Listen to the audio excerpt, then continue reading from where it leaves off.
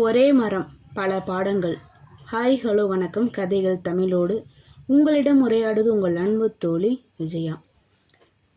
அவர் மரம் வெட்டு வருதுங்க, ஆனால் காட்டில் இருக்க எல்லா மரத்தையும் சாய்க்கிறது கிடையாது. நிழல் கொடுக்காத மரம், இதுக்கப்புறம் அது உயிரோடு இருக்காது அப்படிங்கிற மரத்தை தான் வெட்டுவார். வெட்டினாலும் அடுத்து ஏதாவது ஒரு மரத்தை நடுவார். அப்படிப்பட்ட ஒரு மாமனிதர் அவர். மரம் வெட்டி தன்னோட உழைப்பை கொடுத்து கொஞ்சம் அவருக்கு போதுமான அளவு சம்பாதிச்சுக்கிட்டு தான் வந்துட்டுருக்காரு. அவர் எப்போவுமே ஒரு மரத்துக்கு கீழே உட்கார்றது உண்டு. அந்த மரத்துக்கு கீழே தான் அந்த ஊரில் வெட்டியாக இருக்கிற எல்லாருமே உட்காருவாங்க, பேசுவாங்க, சிரிப்பாங்க, குழந்தைங்கள்லாம் விளையாடுவாங்க. அந்த மரத்துக்குள்ள கீழே உட்காந்துருந்தா அவருக்கு தன்னோட கவலைகள் எதுவுமே இருக்காது.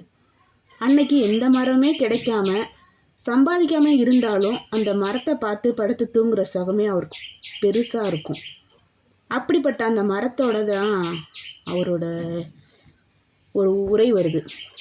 அந்த மரம் ரொம்ப நாளாக ஆயிடுச்சு. இப்போ ரொம்ப பழைய மரமாகிடுச்சு. இலைகள்லாம் கொஞ்சம் காஞ்சிருச்சு. அப்போ அங்கே உட்காந்துருந்த ஒரு மனுஷன் சொல்கிறாரு, மாமா, இந்த மரம் பழசாயிடுச்சு போலையே, இந்த மரத்தை வெட்டிடலாம்ல அப்படின்னு.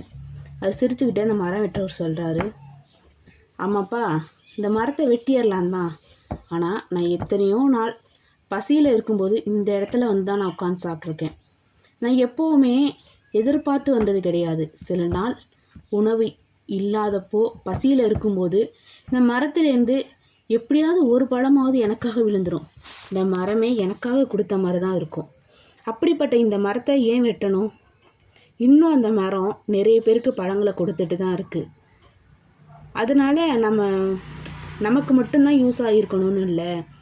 மரம் காஞ்சு போனாலும் அதோட நிழல் இன்னும் நமக்கு கொடுத்துட்டு தானே இருக்குது அப்படின்னு சொல்கிறாரு. நம்மளோட வாழ்க்கை நமக்கு மட்டும் பயனுள்ளதாக இருக்கக்கூடாதுங்க. நம்ம சுற்றி இருக்கிறவங்களுக்கு பயனுள்ளதாக இருந்தாலும் அது ஒரு வெற்றி தான். இந்த கதை உங்களுக்கு பிடிச்சிருந்தால் லைக் பண்ணுங்கள், ஷேர் பண்ணுங்கள், சப்ஸ்கிரைப் பண்ண மறந்துடாதீங்க. மீண்டும் அடுத்த ஒரு காணொளியில் சந்திக்கிறேன். பாய்.